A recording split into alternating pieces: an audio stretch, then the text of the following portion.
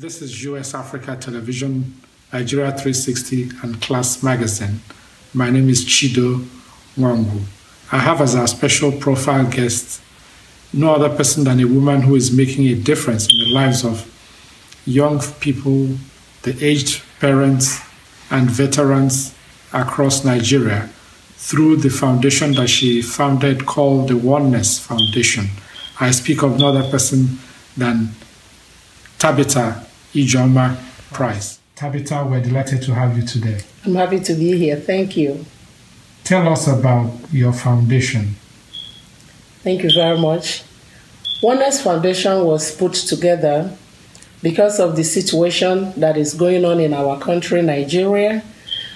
Everybody can access the internet, the YouTube, and the world today is a world of technology. And as a parent and as a mother of young children, it breaks my heart to hear about baby factory in Nigeria. It all started with the issue of baby factory, with the abductions of teenage girls. And this is happening everywhere in Nigeria, as a lot of people know. So we decided that there's a need in Nigeria in the area of protective and human services. There's no foster care system in Nigeria. Yes, we have the women affairs, but we also need to incorporate protective and human services where we can create foster parenting and have all our orphans, the 17.5 million orphans that are living in orphanages, motherless babies home around the nation, the Amajiris. We need these children to be under the guardianship of adult parents. And we put together the foster care system. We're believing and hoping that Nigerian government will pass the bill on foster care system and build group homes nationwide so that these children will be in the care of adult parents as foster children. They'll be able to go to school, be able to have their medical needs met. You know, we don't need these children to be illiterate. And even those that are caught up in the saga of baby factory, these young girls need to continue to be in school.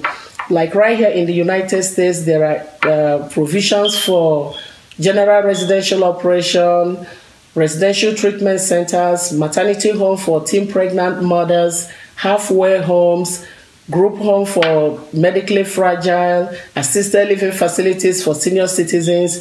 These are some of the things that we are lacking in Nigeria.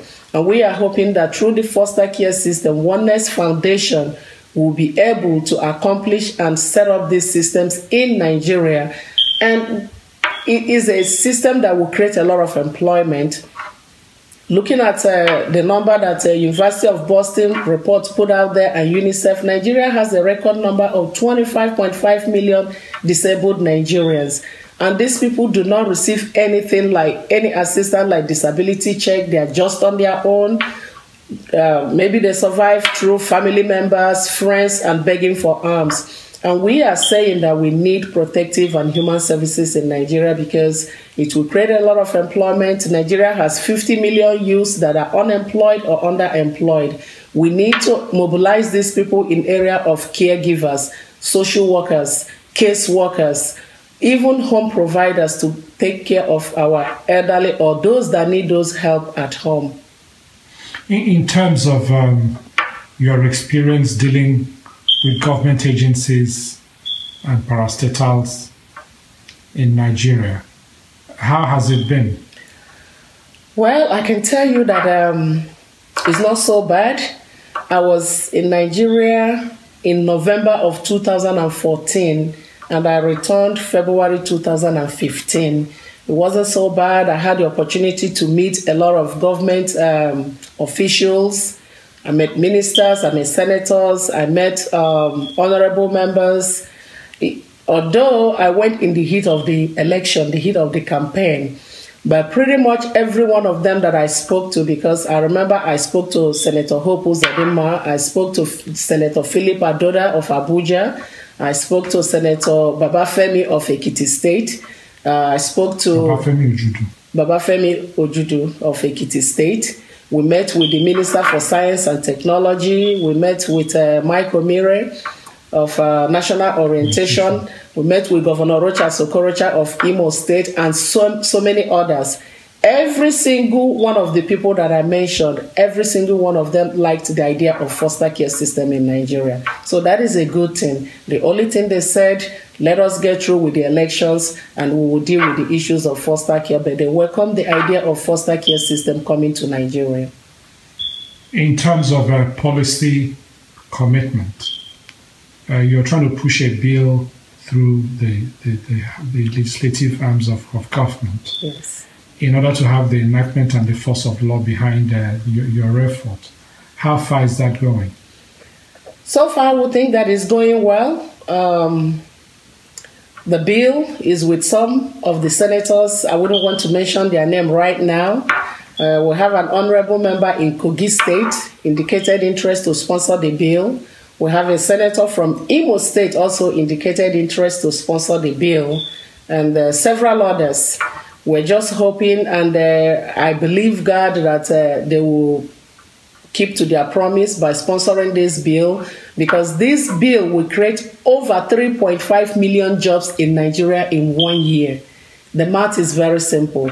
Nigeria has a record number of 17.5 million orphans. If we simply take 7 million of the orphans and place them with trained foster parents around the nation, instantly we are creating 3.5 million jobs, foster parents.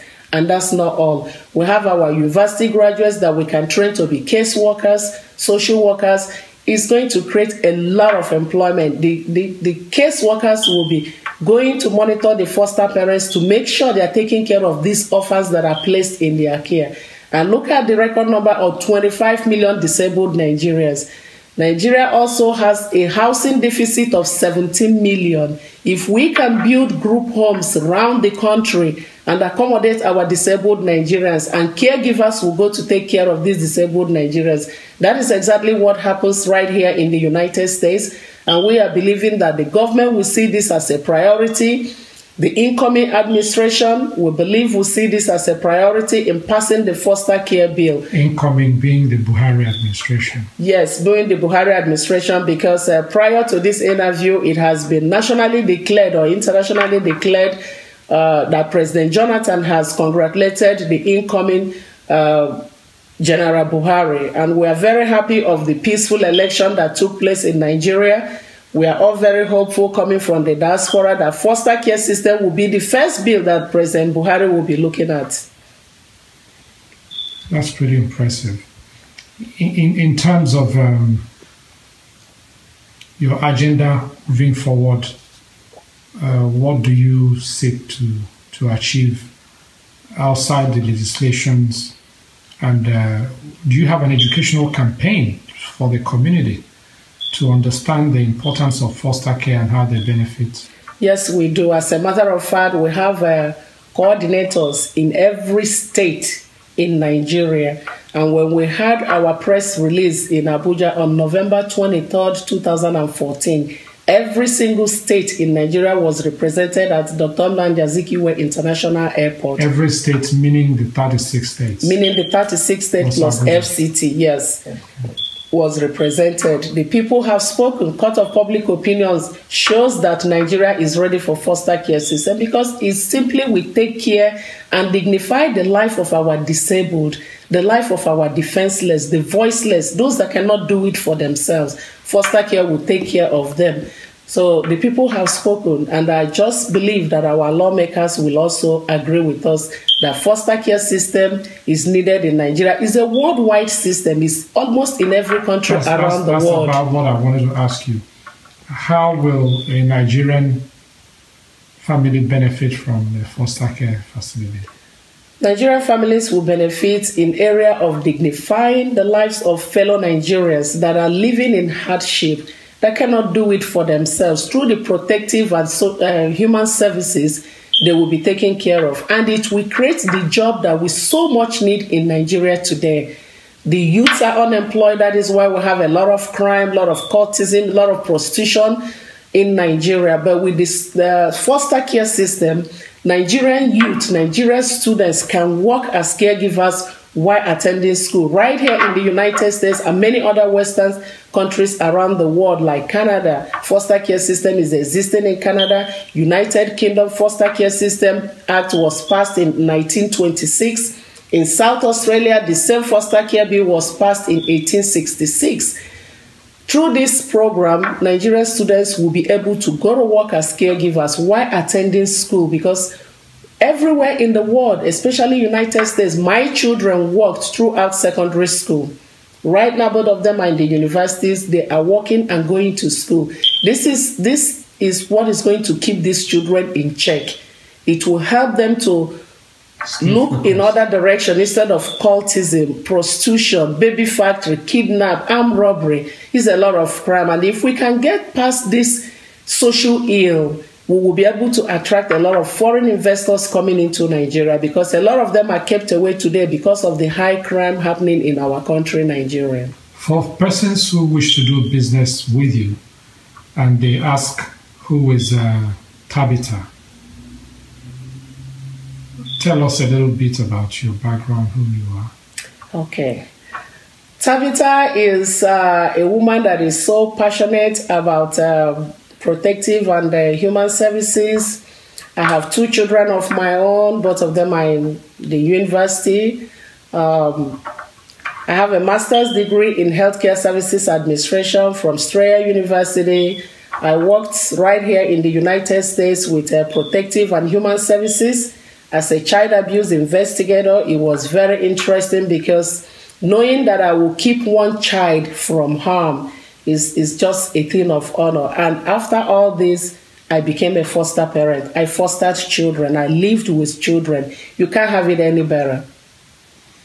I see, because I've been wondering how you're just so knowledgeable. I didn't know you studied health care and health administration. Yes, I did.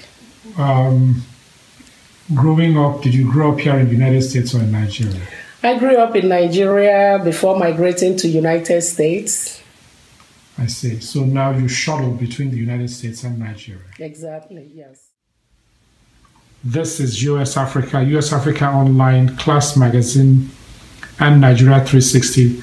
We have as our special guest profile personality a woman who is making a difference in many communities and states in Nigeria. She's resident here in the United States, but she's always traveling to Nigeria on humanitarian work.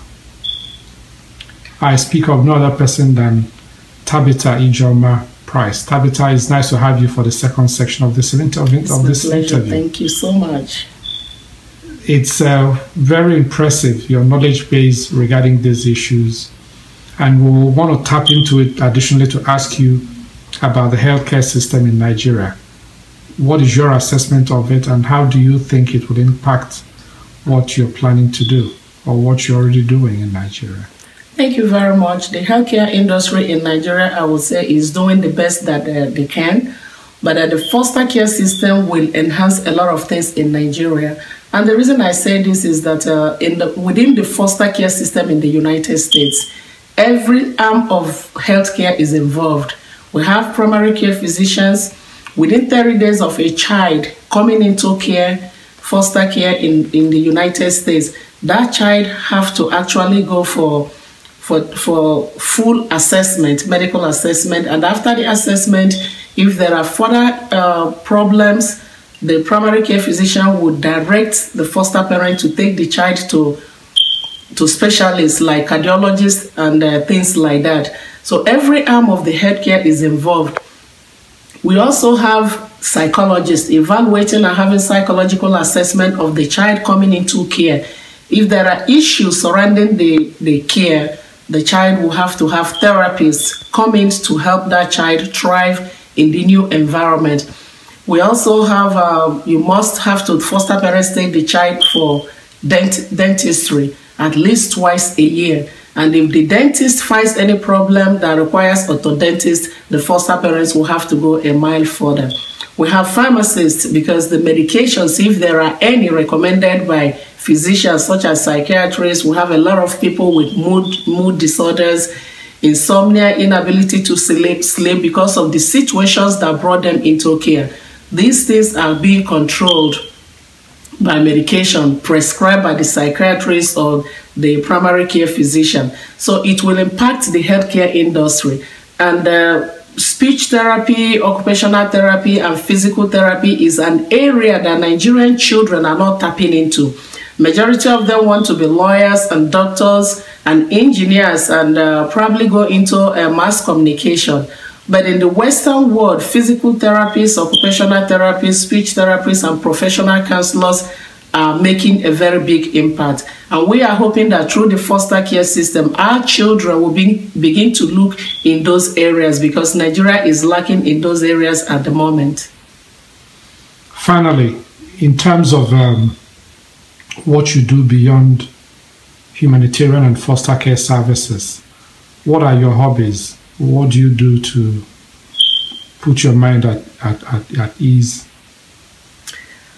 Well, for one, I just love to watch the CNN. I love to listen to news. I love history, hearing about what is happening around the world. I like to watch Discovery channels. Kind of somebody that loves nature. I love to watch this Discovery channel, see what is going on in the animal kingdom, besides relaxing with my family and friends. I also noticed that you're a woman of faith. The brief periods that I have had formal meetings with you, you emphasize the centrality of Christ in most of the things that you do. Why is that important? It's very important to me because in everything that we do, we ought to reference God. God comes first in my life, and I believe He should in everybody's life. And this vision is a divine vision. It wasn't just a business, or it's not a business, it's a vision. And I'm just hoping that this vision will touch lives, make positive impacts in the lives of children, the elderly, even our veterans in Nigeria. We have our veterans, police officers that are killed by armed robbers every day, that are injured by armed robbers. We have our military fighting Boko Haram. They are wounded. There isn't much of services left behind to take care of them. We have our civil defense fighting oil bunkering every day, our customs fighting smugglers. We need a veteran care services that will provide for these people that through the foster care system, Nigeria will begin to look up to see how we can say thank you to those that are defending and protecting us each and every day. Do you have any mentors? Tabitha, who are your mentors? God is my first mentor. And in Nigeria, we've been opportuned and blessed to have the person of His Royal Highness, Ezekiel Nnaji from Obowo. He's been there for OneNess Foundation. We also have Engineer Joseph Bogu right here in the United States. He's been a father to OneNess Foundation. And there are several others that has been there for OneNess Foundation. We have Barrister Menasara Omar.